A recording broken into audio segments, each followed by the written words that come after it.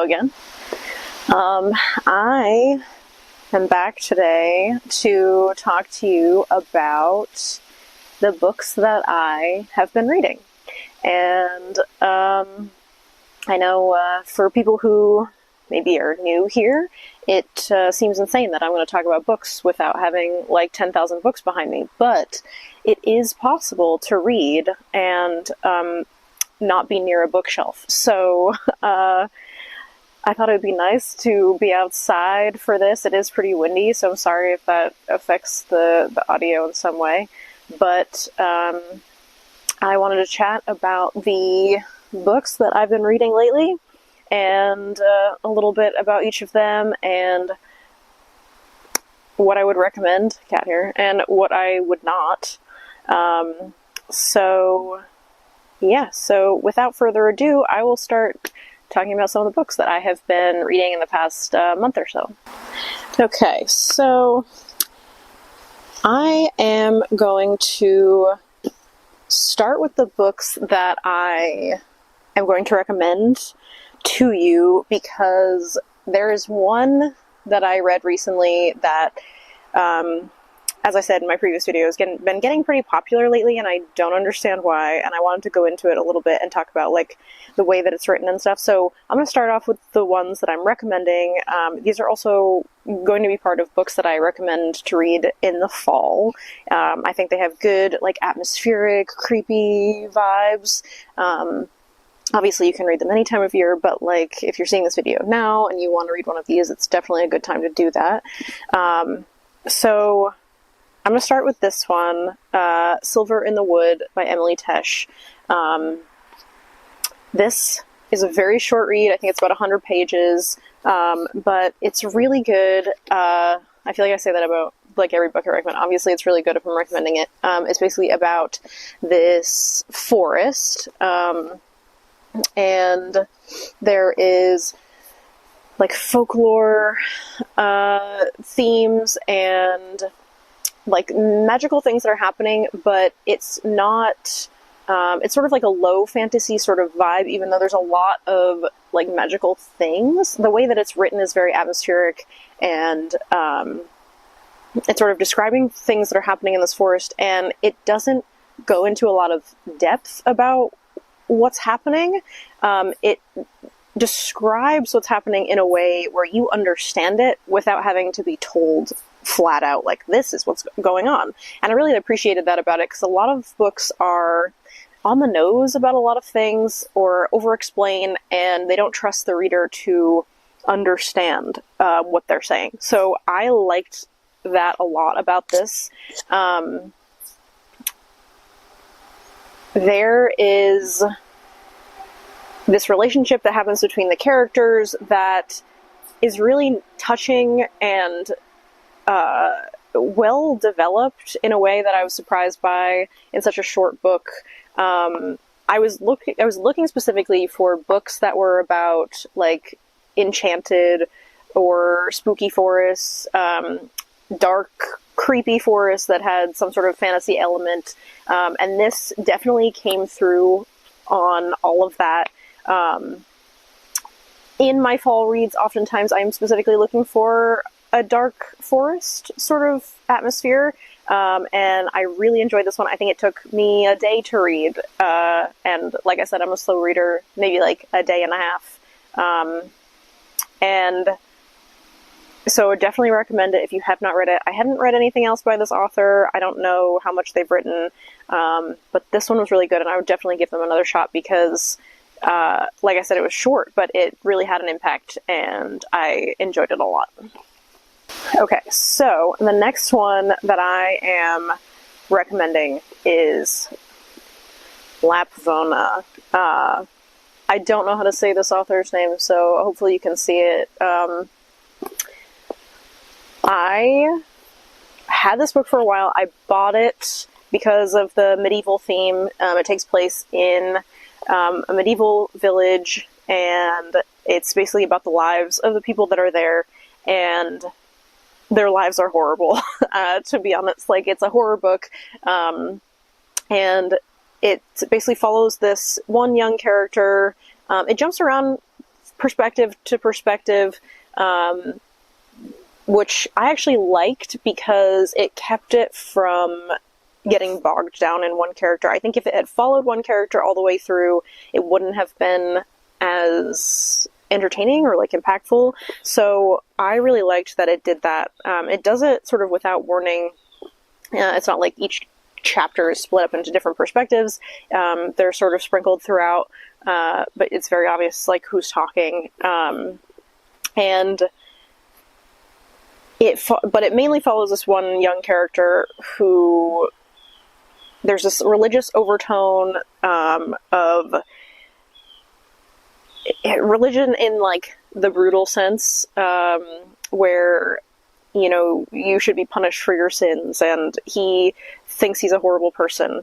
And so it follows this one character through, I think it's the course of a year, and just awful things happen. And if you are a fan of horror movies, I will say this book reminded me a lot of Barbarian, which is a really good horror movie, by the way, if you have not seen it. Not in storyline at all, but in tone. And there are things that happen where I could see, like, if Barbarian had been about a medieval village, like, yeah, all of that stuff would have happened in Barbarian. So this book definitely disturbed me, and I thought a lot about it. It was the first time I felt like I wanted to really try to analyze a book, because there was a lot of metaphor and religious overtone and things that happened where I was like, what does that mean? Like, why is this happening now in a good way? And I'm still not 100% sure. I haven't fully analyzed it, but I did really enjoy it, and I definitely was thinking about it for like a while afterwards. I don't know that this is one I would ever reread, but having read it, I feel like I won't forget it. It's made its impact on my mind, and if you like horror and grim medieval themes, you will like this one a lot. Definitely a good fall read if you have not read it. Okay, so then the next book I want to talk about is A Haunting in Venice by Agatha Christie, or sometimes I guess the older versions were called Halloween Party. I think A Haunting in Venice is a much better name, but if you have an older copy, it might be called Halloween Party. And this is actually the first Agatha Christie novel I've ever read. I have a friend who has read tons of Agatha Christie, who really likes her, and I love a good murder mystery. I love thrillers and that sort of thing. So I definitely wanted to read one of hers, and when I saw this one, I was like, oh man, this sounds like it's for me. So basically, it's a 13-year-old gets murdered at a Halloween party, and they're trying to figure out what happened, why it happened, and it is a Poirot novel, if you're familiar with those. It's like an overarching detective who's in a lot of her books, and I have to say, Agatha Christie has a lot of fans and is held up like sort of on this pedestal of like mystery writers as being the best of the best. And I enjoyed it, but it didn't really live up to my expectations. I didn't like it as much as I was hoping. I was like, I could really foresee myself being like, oh, because this was a pretty quick read, I was like, that might be a really good thing, for in the future when I need a break between books to like read a quick Agatha Christie. So I had a lot of hopes that I would really like her. I didn't. I think the theme was really good. It was a fun like fall read, but my problems came in with the character building, because I'm a person who is reading for character essentially. Obviously I want a good plot, but as far as why I'm reading, I really need a good character that I can latch onto, and there's not a lot of character development.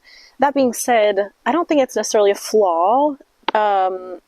I feel like if you get bogged down in character development in this kind of book, then the people who enjoy this sort of thing aren't going to like it, because it will slow it down, it will make it longer, it will, not necessarily be what you want it to be. So I think that in this type of mystery novel, you don't necessarily need that, and this just might not be for me. So, for example, it starts with a party at the beginning, and there are a bunch of women from the neighborhood who have gotten together to set up for this party, and they're all referred to as Mrs. whoever, whatever, by their last name. And then sometimes their first name will get thrown in there, but for the most part, it's Mrs. this person. And the first half of the book, I did not know who who Agatha Christie was talking about most of the time, and I had to figure it out from context clues, because there weren't enough details about their character or enough time spent with individual characters for me to remember who they were talking about. So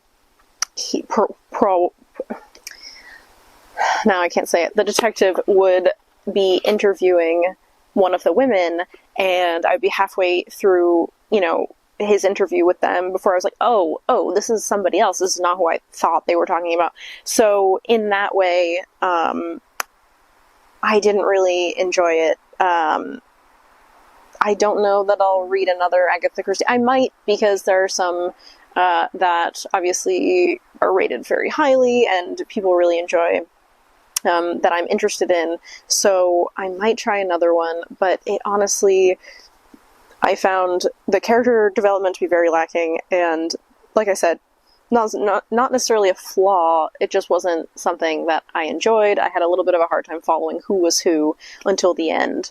And so there were times where I thought I was figuring out, like, the mystery, only to be like, oh, I'm thinking of the wrong person. And then I did kind of get clues about, like, who done it towards the end, but it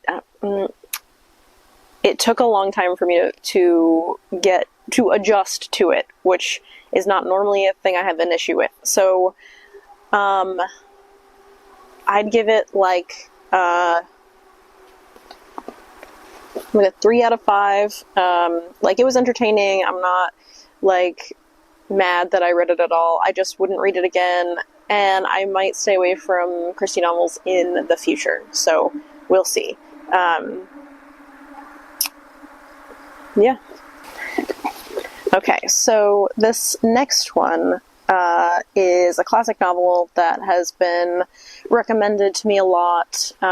It's very fall atmosphere, and so I see it a lot on like Goodreads fall book lists, and that is Something Wicked This Way Comes by Ray Bradbury.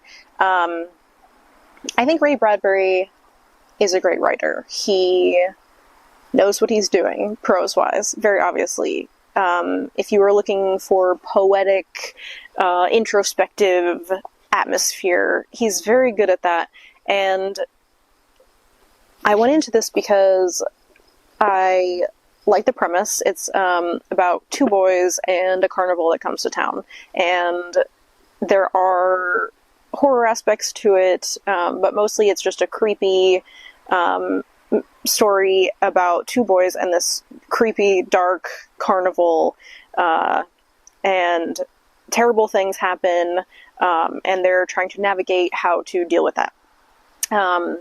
And it is a really good, I feel like, a good look at, like, the metaphor of getting older and, childhood to adulthood, and the psyche of how you feel in that transition, what it means to be an adult, what it means to be a child, and fear in general. That being said, I found it to be a little long in the tooth. There were long passages where characters are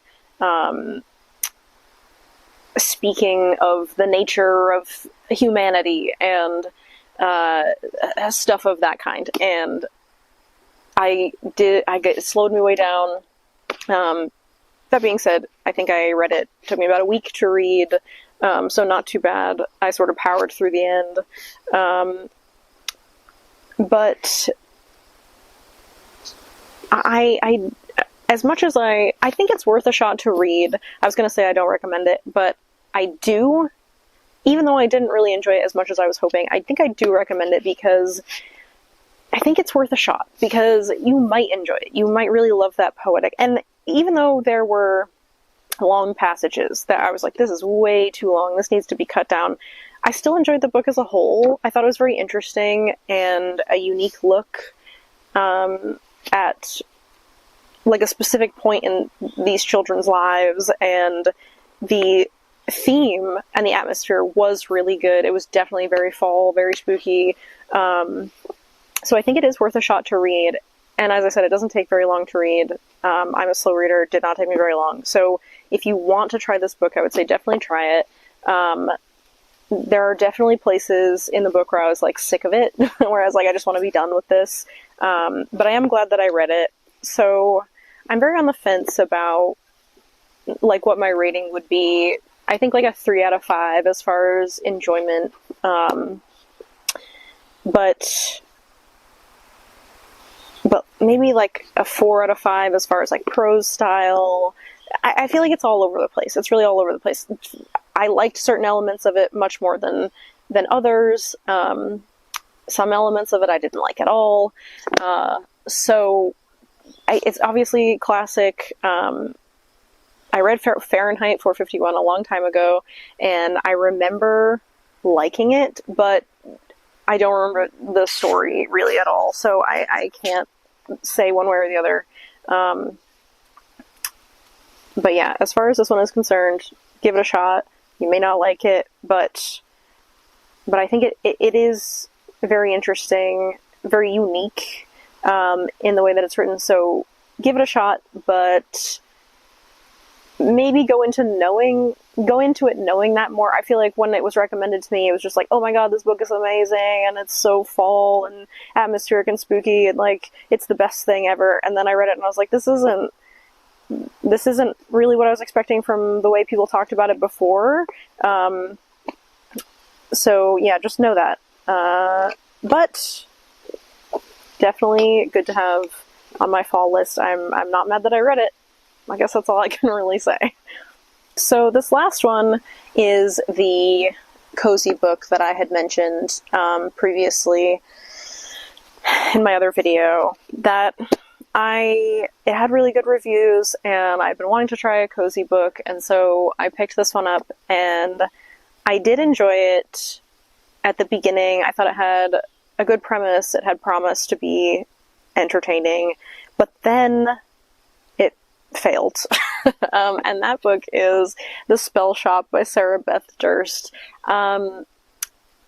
This book is getting a lot of really good reviews. There are people saying how great it is, and I will say it is, like, the characters are endearing, but the way it's written is just not good. I mean, there are aspects of it that I liked, and it's very heavy in the coziness of it, where it's like there are low stakes. It seems at the beginning like there's going to be sort of some high stake stuff that's happening, conflicts, that's a word. It seems like there will be high stakes things that happen, and right off the bat it is pretty dramatic. So basically it's this woman who had worked in a library of spell books, and this revolution overtakes the city, and they burn down the library, and she escapes with the spell books, like, illegally. She's not supposed to have them. And so, but she wants to save them. So she takes the books and flees to this island. And the premise is her trying to make a life on this island while nobody finding out that she has these illegal spell books. And there's a whole section where she is just renovating this cottage and making gardens and growing raspberries, and I enjoyed that part. But then the whole middle of the book, there is like a series of events that take place where it's like this thing happens and it's dramatic for like half a second, but then it's solved immediately. And I don't like that. I don't really understand why people would want to read that. Like I've said before, I don't care if this is your thing and like you love that and that's fine. I just like can't comprehend why it would be written in that way. Like I feel like you can write a cozy, low stakes fantasy sort of thing without that it being that way. And it almost felt like filler. Yeah, there were several events that it's like, oh my god, there's this problem, and then they solve it immediately, and then it has no impact on the rest of the story. Like, it's never mentioned again. Or it's mentioned again in passing, and it just didn't, it really fell flat for me in a lot of ways. This is going to be maybe a bit of a spoiler, so if you want to read this and you don't want to hear it, I would skip ahead to maybe my next review. I don't know how long it's going to go. But there's a character who is introduced at the end who, the whole time our main character has been hiding and trying to help the people of the island with these magical spells that she's not supposed to have, but she can see ways to improve their lives and wants to help them. So she is the whole time trying to use the spells while not getting caught.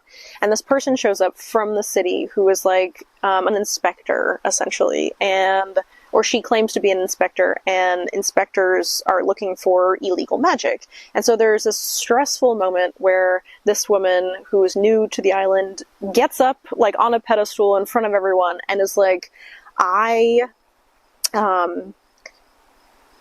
an inspector and I'm here to find illegal magic and I'm going to figure out who's doing it, and this makes this whole scene, okay? And then they're panicking because she's like, oh my god, this inspector is here, what am I going to do? She's going to figure out it's me, and it's very stressful. And I was like, oh my god, okay, there's stakes now, stuff is happening, like big stuff. And I was very excited to see where that went, because I was like, okay, I can allow some filler in the middle. Now we've got our epic conclusion. However, as soon as it starts happening, basically, in no time at all, they end up sort of capturing this inspector, and they don't know what to do, and the inspector is essentially like, oh, well, actually, I'm not an inspector, I'm from the city, and I basically am trying to escape because they want me to be next in line on the throne, and I don't want to do that. And I'm scared, and I just want to live a normal life. So I came here, and I noticed that you were using magic in some way, and I wanted to figure out what spell books that you had so that I could use an invisibility spell, and no one would ever find me. And so I was just I was pretending to be an inspector so that I could find the spell books. I don't actually, have any authority, and, it doesn't matter, essentially. And so they were like, oh, we'll just help you live a nice, normal life here, and everything will be fine. And so the one, dramatic thing that could have really changed the book in one way or another and really amped up the drama in this low-stakes situation just immediately fell flat. It just fell on its face. And I was so mad about that, because I was like, oh, finally it's, getting exciting, and it just immediately wasn't anymore. So I don't understand. So the last bit, there's some dramatic stuff that happens, but like I said, in the rest of the book, it's the same way at the end, where it's like, oh, this thing is happening, but they solve it immediately, no big deal. And then it ends, and, you know, sort of happily ever after, in a way. And I know there's a second book coming out, and I don't want to trash on this author, because I know it's, you know, writing is hard, and I really respect people who take the time and effort to write something and put it out there. And I just think that there are ways this can be improved. I mean, that also, like I said, cozy fantasy necessarily just might not be for me. This might be exactly what people are looking for. It seems like a lot of people are giving it good reviews, so, you know, maybe that's the case. I don't know. But I just did not like it, and I don't think I'll be reading any cozy fantasy in the future. So that's that. I did enjoy some of the, like, the descriptions. The prose was pretty good. The characters were alright. I enjoyed some of the character development. There was not a ton, but there was some, and I enjoyed that aspect. I will say I did have a bit of an issue with, there was a character who, again, spoiler, they accidentally bring to life a cactus, and so there's a sentient cactus. It does not speak. It can only say meep, which it ends up being its name. That's all it can say.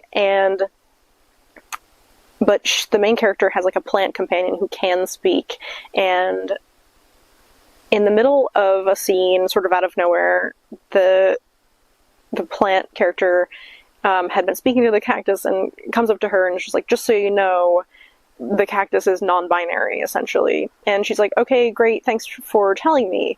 And then that's it. It's just sort of shoehorned in there. I am all for characters of all kinds. I am 100% like for a non-binary character.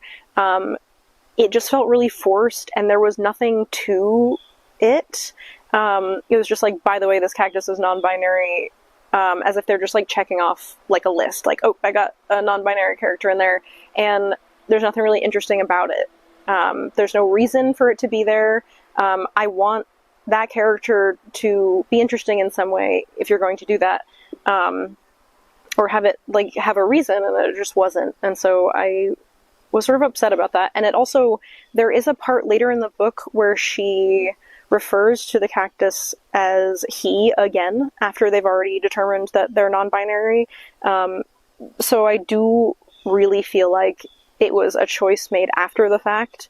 It wasn't like she came up with this character in her mind, like, it's a cactus that's non-binary, like, I just really want that to be what this character is. It was just like, I should do that. And so went back and, like, changed it, and, like, missed a different, you know, the other pronoun later again. So that wasn't, like, a huge deal to me. It just, like, stood out as a thing. And so overall, I'm not a fan of this book. Did not like it. Not for me. So, you know, like I said, if you love this book and you're entertained by it, you know, power to you. I'm glad that you're reading. But as far as if you align with me and you want recommendations, I am 100% not recommending this book. So that's that. Alright, so that's my list. So that's what I've been reading lately. I'm currently reading What Moves the Dead by T. Kingfisher. I'm enjoying it so far. I'm about halfway through. So I'll probably be talking about that one soon. And I'm going to be doing more fall reads. So my next video that I'm going to do is my TBR for fall. I've picked out a couple books of different genres that I'm going to be reading. And you'll see that very soon.